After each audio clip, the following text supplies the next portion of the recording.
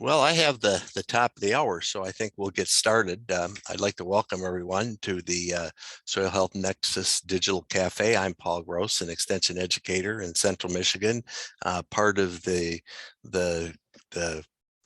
group that coordinates the Soil Health Nexus Digital Cafe, along with Christina Corral, also an educator in Michigan, and Anne Marie Nardi from Wisconsin, and a number of others. But welcome today. We're going to start moving along. Just if you're first time joining us, the Digital Cafe series, we started this a couple of years ago, but who are we as the Soil Health Nexus? We're a group of university-led educators team dedicated to increasing the knowledge of soil health information, research-based information. And we're a team that consists of the 12 North Central region states and the land-grant universities. So our format for today is we're going to have a presentation with Brian Dougherty. We'll have followed by a Q&A period. And then we're going to go into breakout rooms. You'll have an opportunity to pick the breakout rooms, and you can stay there as long as you want to discuss the topic that we talked about. Please put your questions in the chat box and we'll address them when Brian's done. So we're pretty excited today to have Brian Dougherty, field agriculture engineer from Iowa State, is going to talk about a tool that we've been working on developing, a soil health matrix decision tool. So I'm gonna quit sharing my screen, and I'd like to introduce Brian for presenting the topic today. Welcome, Brian. All right, thanks, Paul. Give me just a second here. Get switched over.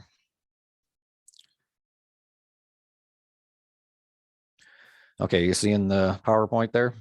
Yes. Great. So as Paul said, my name is Brian Dougherty. I'm with the Iowa State University Extension. But what the plan is today is just give you a bit of an overview of the Soil Health Matrix Decision Tool. And I had to change the little I love soil to we love soil, because this is very much a collaborative effort here among a number of states in the Nexus region. So what I wanted to do is just give a bit of background, and then we'll show how these tools actually work. But basically, this tool was designed with assistance from people across the region within the Soil Health Nexus network, so the 12 different states.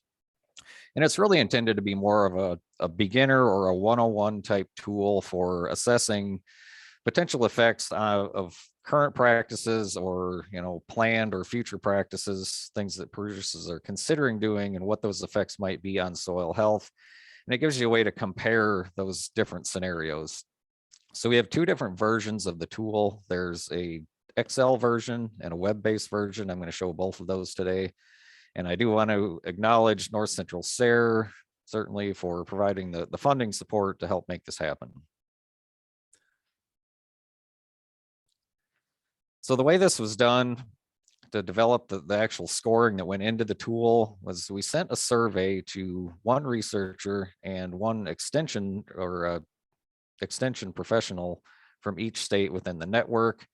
And then we basically compiled all of those scores from across the region and averaged those to come up with an average score for each indicator in the tool. So what we have in the tool are 4 different practice categories, and these are weighted equally as far as their impact on soil health. So we have tillage, we have manure, cover crops, and crop rotation. So those scores are averaged. And then we have 2 scores that are additive. So by additive, basically what I mean is if you're not doing those practices, they won't subtract from your score. So if you are doing them, they'd potentially bring your score up.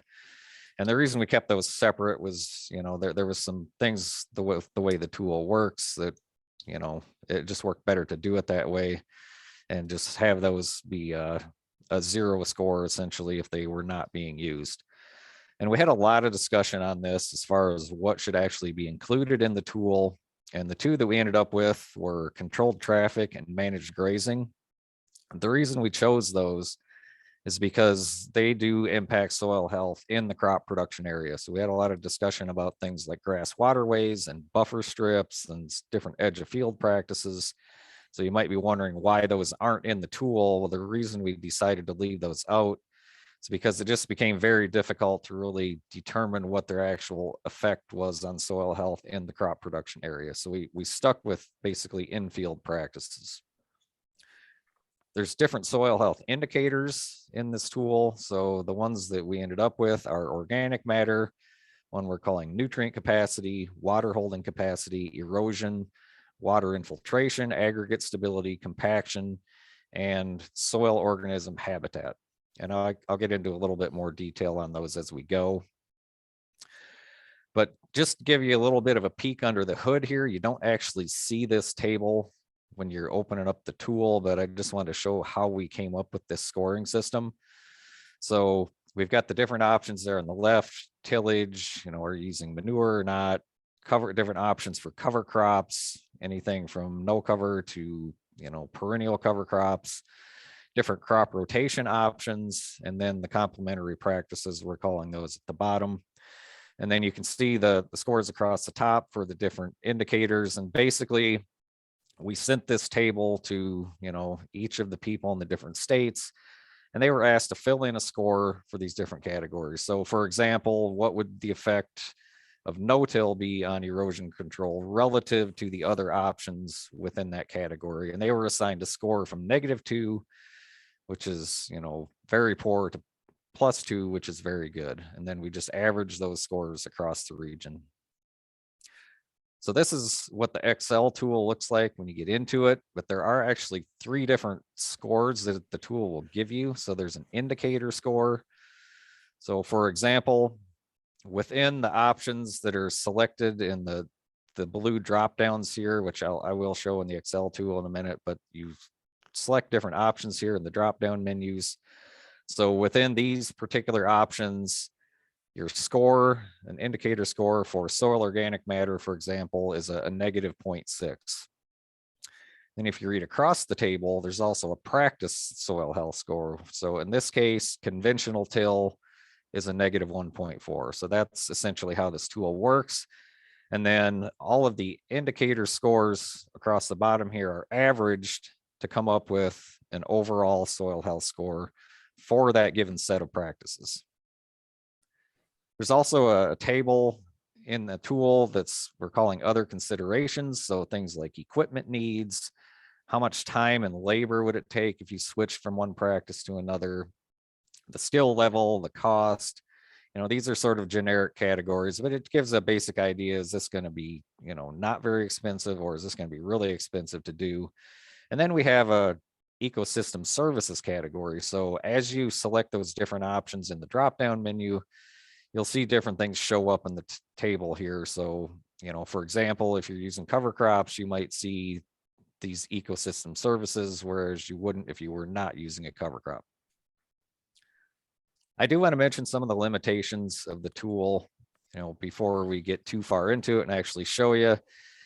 It is a little bit difficult to develop, research-based scores for some of these categories. We did the best we could, but you're asking a lot of different people to, basically provide a score or what they think it should be for a given indicator. But it does end up being a little bit subjective. People don't always agree on what that score should be. We did the best we could, but that is a little bit of a limitation. And that's one of the advantages of averaging these scores across the region. Hopefully in the aggregate, we came up with a good score. This is just a guide. Keep that in mind. So you want to consider your local context when you're using this tool. The way it's set up right now is this scoring is the same across the entire region. We had a lot of discussion about doing one of these for each state. Ultimately, we looked at the scores from across the region, and there really wasn't that much variation from state to state. So we decided to just average them and do a regional score. Sometimes there was as much or more disagreement within a state as there was across states. So we stuck with the regional scoring. That being said, if a state, thinks there's something missing from this tool, they're not happy with the scores, they don't think they make sense for their particular state, we can provide that Excel spreadsheet and they can, modify this if they want to. There was discussion of things like salinity and sodicity issues. We talked about including that in the tool, but ultimately decided it's really only an issue in a couple states in the region, so we left it out. We also had a lot of discussion of liquid versus dry manure. You know, in Iowa, for example, we use a lot of liquid manure. Other states use dry manure.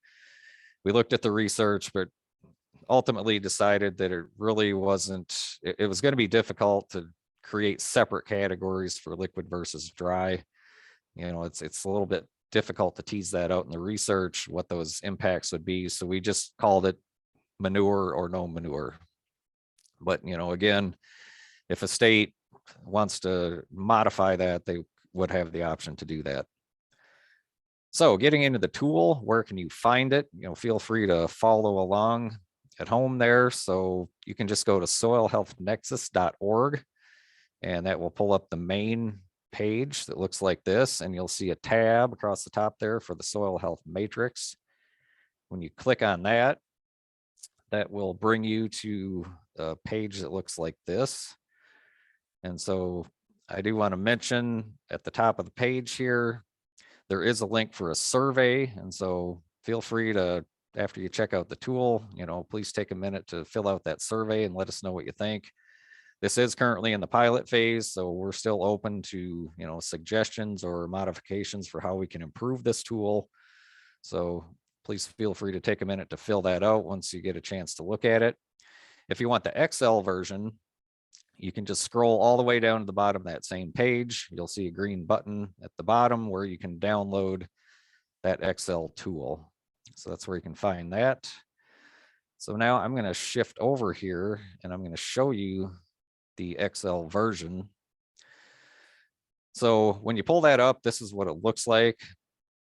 And you can see the key on the right side here. There's a reset button. So if you make some changes here and you want to reset it to what the current practices are, you can just hit that button. I'm going to zoom in here a bit so you can see this a little better. So the way this tool works, Brian, sure. we can only see your presentation. We don't see the exact. You're not seeing You have to this. stop share and switch over.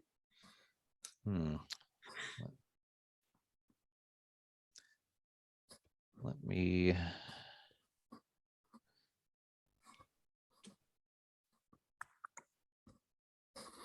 Yeah, it looks like I have to do a new share here. Yep. Okay. Sorry about that. That's okay. We're getting lots of questions, Brian. Can you see it now? Yes. It looks perfect. Okay. Sorry about that. Okay, so here is the XL tool. Again, you'll see the key, which is color coded. There's a reset button.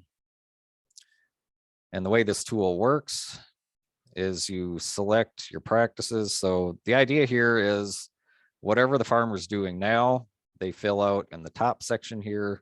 So these are drop-down menus. You can select your different options. And then let's say they're considering switching from conventional till, maybe they're going to go to strip till, and you'll see those scores change. Maybe they decide they're going to try a cover crop, and then, you know, they're going to graze that cover crop, we'll say. So we're going to do some managed grazing, and then you'll see how that score changes. So their overall soil health score went from a negative 0.9 to a positive 0.4 in that case. And then if you scroll down, you'll see, you know, the different options here for what that would do for ecosystem services, equipment, labor, etc. You will find all of the definitions down below here. So if, let's say you're looking at this and you're seeing nutrient capacity and you're asking yourself, well, what do they mean by nutrient capacity? You can just click on that and it will pop you right down to the definitions where you can find all of that information. There's also an instructions tab at the bottom here.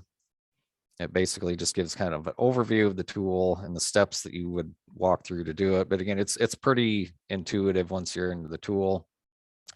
Enter your current practices in the top, anything you're planning to change over to in the bottom section. So that is the XL version of the tool. And now I'm going to try to switch over to the web version. Okay, are you seeing that? Yes. Perfect. So if you go to the web page that I showed earlier, so you'll see the decision tool across the top, the survey link. There's an instructions drop down here that has all of that same information that I just showed in the Excel version. So you can pull that out of the way. And again, the web version is a little more, visually appealing and a little more intuitive to use than the Excel version. So again, same idea here. You just select your different practices. Maybe we're going to extend our crop rotation. We're going to implement some controlled traffic. We're going to graze. We'll go all out here, put in a perennial, use some manure, etc. You'll see all of your scores for your current practices here. Scroll down a bit further, you'll see how that score changed. So now we've gone from a negative 0.9 to a positive 1.6. We've got your future considerations table down at the bottom here. And there's also a reset button in the web version as well. And again, if you keep scrolling down, you'll see all of the definitions in the bottom part. So it's pretty simple, pretty easy to use, hopefully, if people find this to be fairly intuitive. So that was a very quick overview and a pretty short webinar here, but I'm happy to There's lots answer of any questions. I do want to just, acknowledge all the folks that helped with this. We've got the 12-state region. We had a lot of assistance from a number of people. And so that was really all I had. Happy to take questions or go back through the tool if there's anything people are interested in seeing again. Brian, there's a number of questions and comments that are in the chat. Okay. I don't know if you want to go through there and start from the top, or if you want me to. Yeah, I'll maybe just let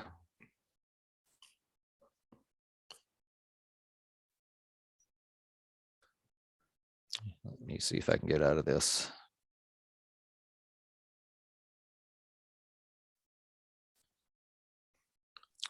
Okay. Are you seeing the questions in the chat? I've Brian? got the chat pulled up here. So okay. Yes, a recording of this will be available for later use. I think Jeff has the first question about the practices. So why only these 4 practices? Why not fertilizer application, for instance? So that's a good question. Again, there are a number of different things that we could have considered. And ultimately, we wanted to keep this tool relatively simple and easy to use. So we limited to those 4 because there's a fair amount of research data out there essentially on the soil health effects of those. So we did not include fertilizer. We did include manure. So again, that's kind of one of those decisions that had to be made. We opted to try to keep this tool more on the simple side as a 101 tool. We originally started out with more categories, and it started getting pretty unwieldy and a little bit more complex than what we wanted it to be. And so we ultimately decided to try to simplify it. And basically, okay, why not pesticides and herbicide applications as they impact soil health? Absolutely, they do. And again, probably for the same reason, we did not include those. But again, if there was a state that really felt strongly that those should be included in the tool, that's certainly something you could do. As a regional group, we decided we're not going to try to create one of these for each state, but that's something that could be done if you want to modify this. Do you have definitions of the various types of tillage? Yes, they are in the tool. Again, if you just click on those, the different types of tillage, it will take you down to the definitions for each of those.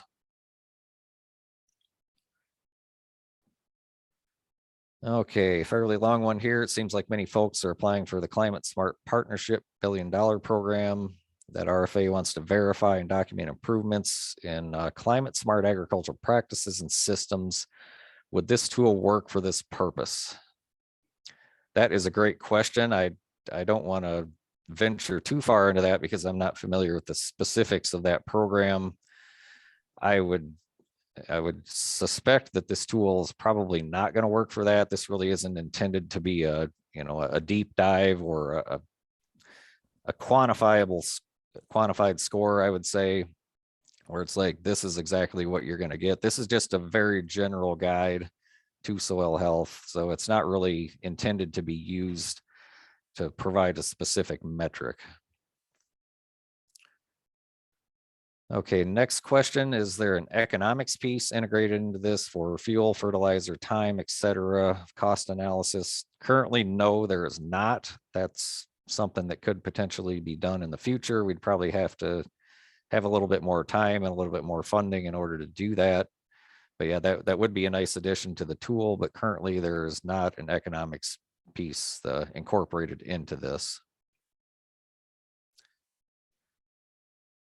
Okay, another question about manure. Why manure at all, since so much of fertility is synthetic fertilizer, not so much manure? I guess the reason we chose manure is because, there is some research data out there, again, on the impacts of manure on soil health. And so that's why we did include manure in the tool. So that's certainly something. Again, please feel free to fill out that survey. This is still, in development. So if people feel strongly that fertilizer needs to be included in this, that's certainly something we can take a look at and potentially make that change. What about compost is another question. Again, we decided to basically, that's basically wrapped into the manure, and we had a discussion about that, liquid manure versus dry manure versus compost. Compost could be considered similar to dry manure depending on, the type of manure, but ultimately we decided to just keep it simple. We did not have a separate category for compost. This is kind of intended to be used in more like broad scale row crop agriculture. So not a lot of people are using compost on a large scale.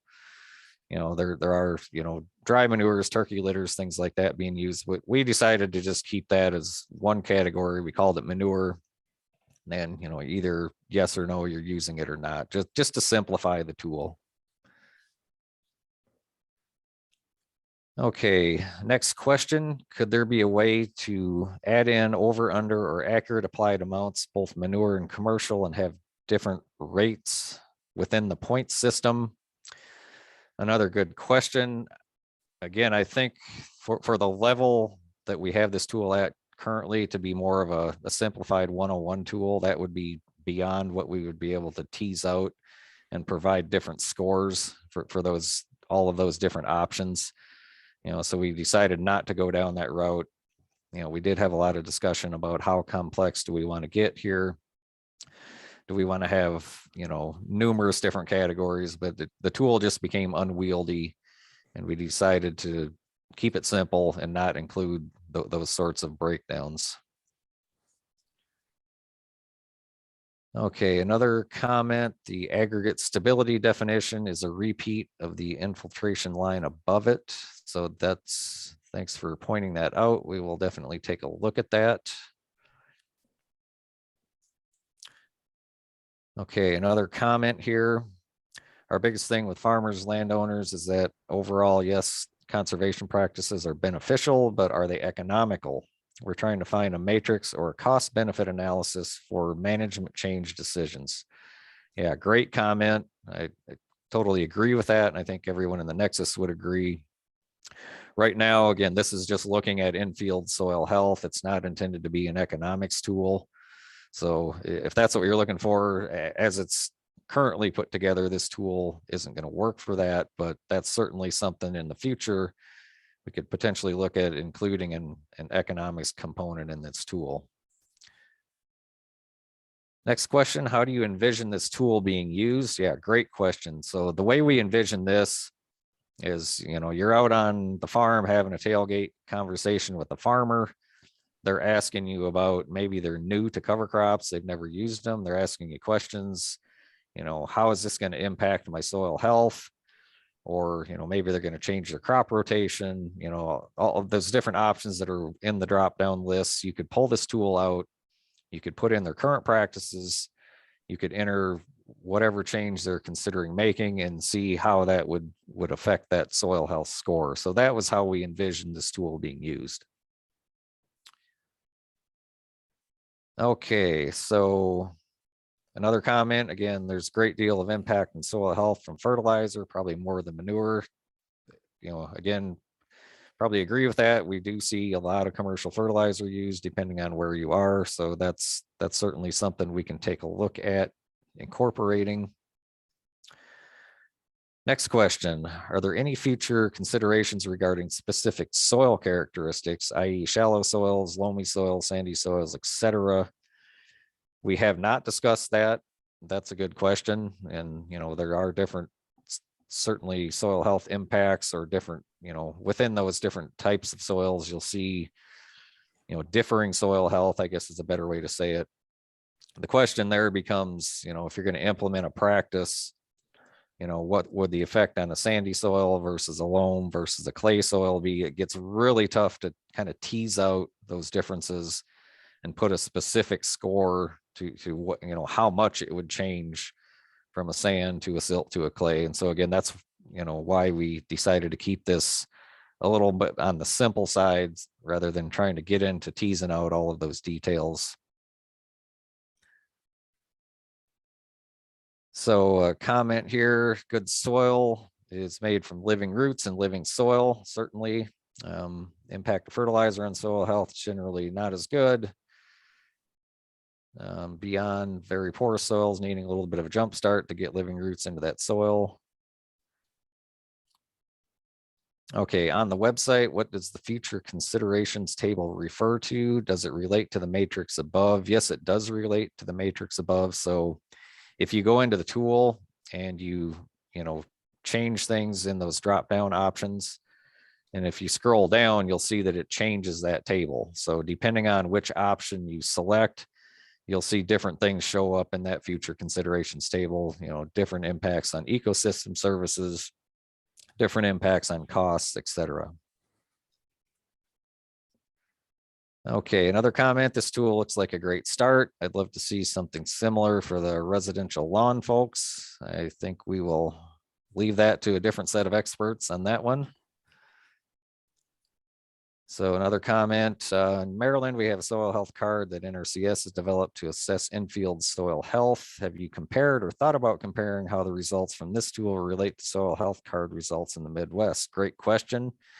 We haven't gotten that far yet, as far as, looking at infield assessments, that gets to be really site specific. Again, this is intended to be a general tool that could be used across the region. If you're making a change on a specific farm, and you're monitoring those changes over time with a soil health assessment, that gets very specific to that farm, and it's difficult to use this tool in that way. But you could certainly try to do something on your own, looking at this tool and then just seeing if that's matching up with what you're seeing in the field. Okay, next question. Any plans to develop a tool geared towards smaller niche crop diversified producers? At this time, I'm not aware that anyone is planning to do that. I don't know if Paul or somebody else can chime in if you know of anything. We have not had that discussion. I don't think we're planning to develop this for niche crops. Because again, we're trying to keep this, reasonably research based.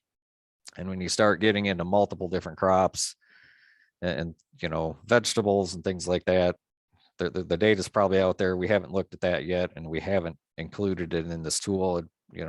As you noted here, it'd probably be better to have a separate tool for that type of thing. But as of right now, we're not having any plans to do that. Okay, another comment here, really nice tool. Oops, my question jumped there. Really nice tool to capture the expert knowledge here. Would you envision doing something similar that's data-based? Great question. We have not had that conversation. That would certainly be nice to have a tool that, would be more, could give you a specific metric. There are tools out there kind of geared more towards climate and things like that do that. But again, with soil health, it gets really difficult to do because I mean, I'm sure most of the people watching here are aware of the difficulties in, even defining what soil health means to different people. And it gets really difficult to, assign a specific score, to a specific practice, because it's very site specific, and it, it just depends on management and a lot of different things. But that could potentially be done in the future. I don't know that that's something this group would tackle, but making this database with what we have right now, it'd be difficult to take this and convert it into a database tool. Okay, a question on manure. Why does no manure create a negative score? Again, basically from the research that's out there, manure, if it's managed properly, is generally beneficial for soil health. And so that's why it shows up as a negative score if you're not using it. Again, should that be the case, certainly fill out the survey. If you disagree with that, that's something we can go back and take a look at. But when we ask the people from across the region to fill out that matrix and put in a score, again, it's a relative score. So it's a sliding scale from negative to positive.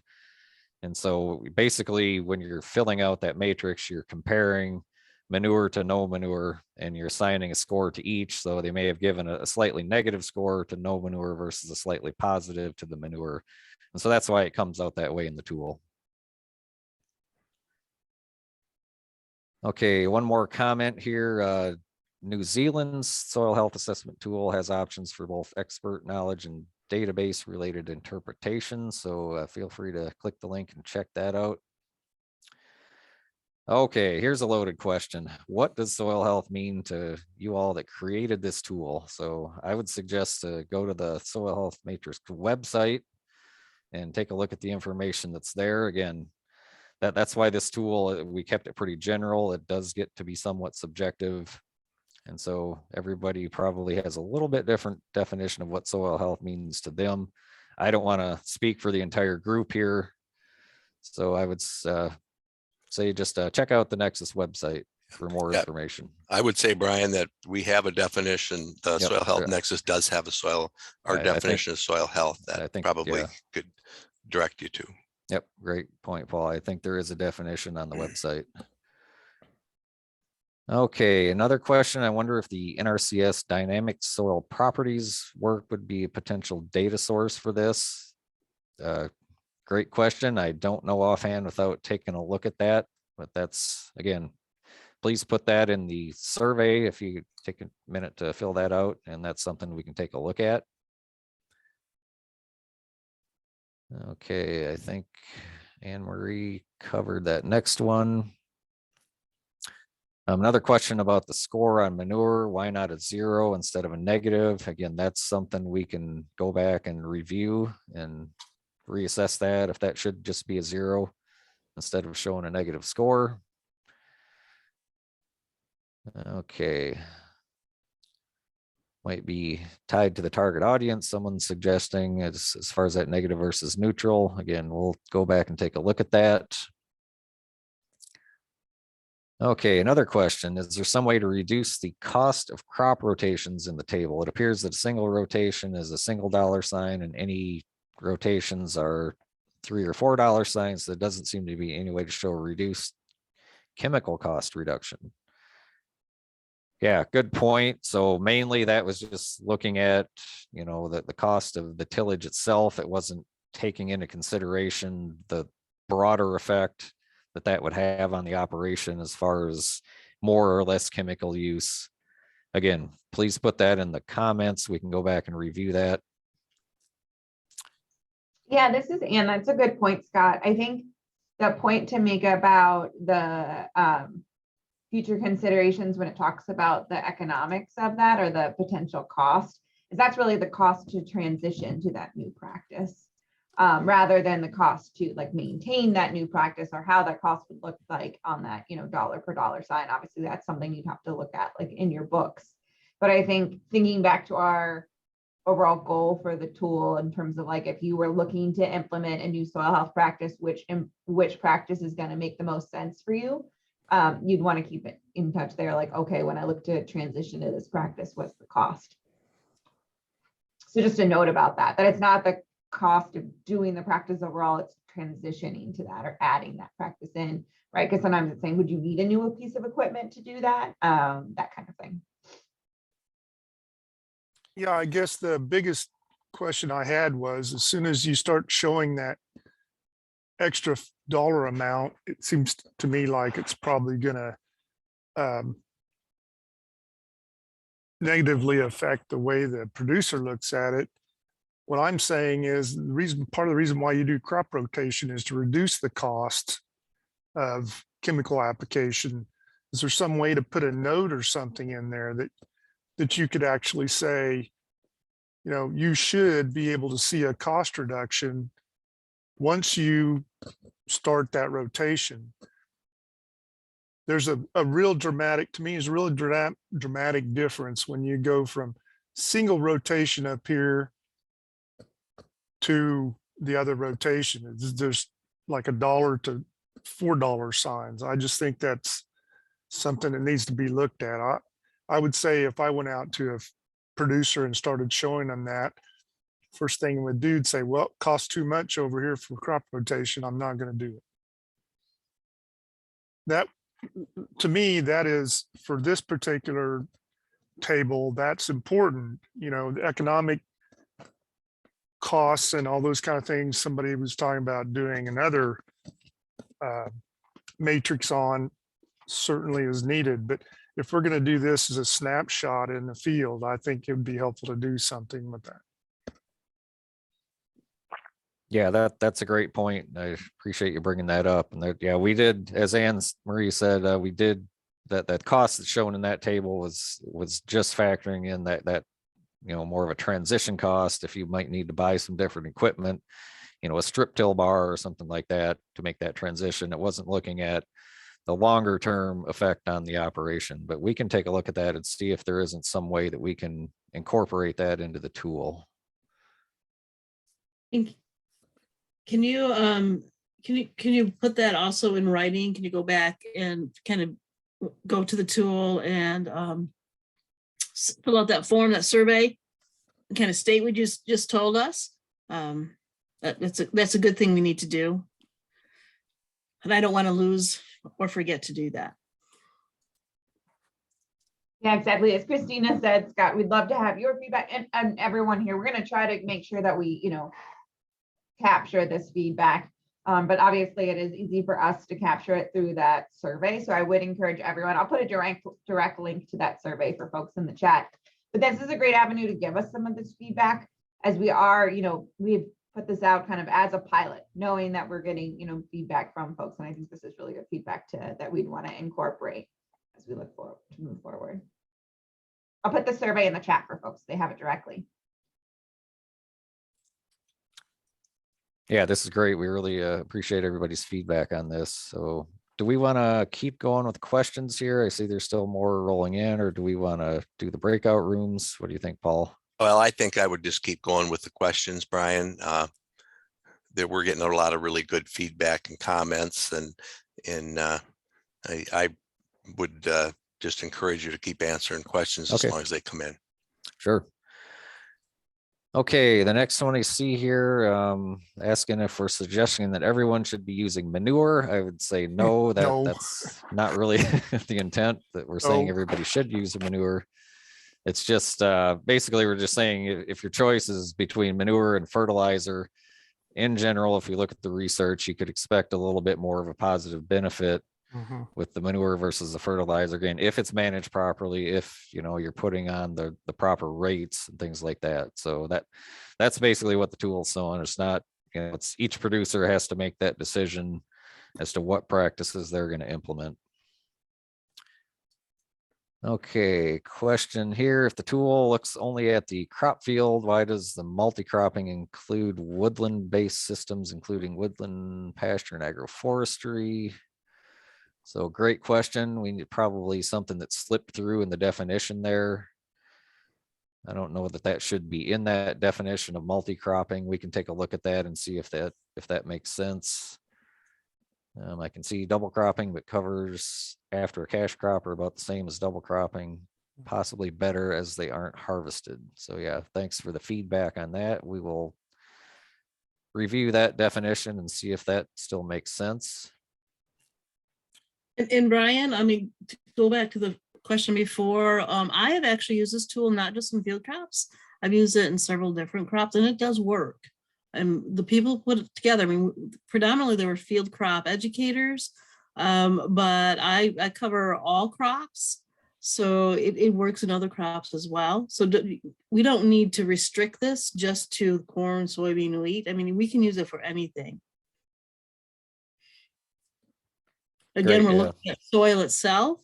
I mean, that's the main thing. And even though we talk about corn, I mean, the rotation corn and soybean, it could be anything. It's the premise of the tool.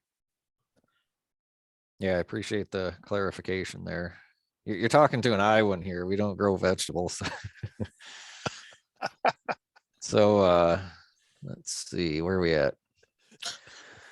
How do we deal with continuous corn on corn on corn? Clearly, this is not good soil health practice, so the tool would provide feedback that is negative for soil health is the question. Yeah, I'd have to go back in the tool and look at that, but yeah, generally in the tool, if you just, select the option for using, a single crop versus a more diverse rotation, that single species rotation is going to show a lower score. So that's, and we didn't specify in the tool that it's corn or it's alfalfa or it's soybeans. So we just called it, single versus 2 species versus 3+ is how it's broken out in the tool. And generally, the more you have in the rotation, the higher it's going to show for that soil health score. Okay, comment here. I feel like it's too simple and that any farmer is going to know the levels of soil health. Don't know that the red-green points are going to make a change to their management. I'm not sure if a brand new farmer is going to find this to be as helpful. I do like the setup. Okay, this is a quite long comment here. There can be ways to add in a few more buttons, to add in farm specifics of soils, equipment, economics. This tool will be great. Yeah, so certainly appreciate that feedback. And that's something that as a team we can discuss if we have the time and the funding and the manpower to try to, make this a more complex tool, I would say, as far as having the economics and more options to select from in the tool.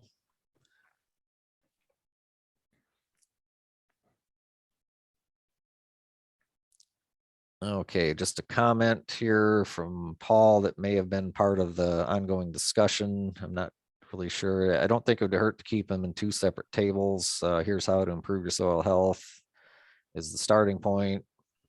A comment about cost and basically having the added costs and cost savings for each of the practices in its own matrix. So yeah, great feedback there. That's something we can take a look at.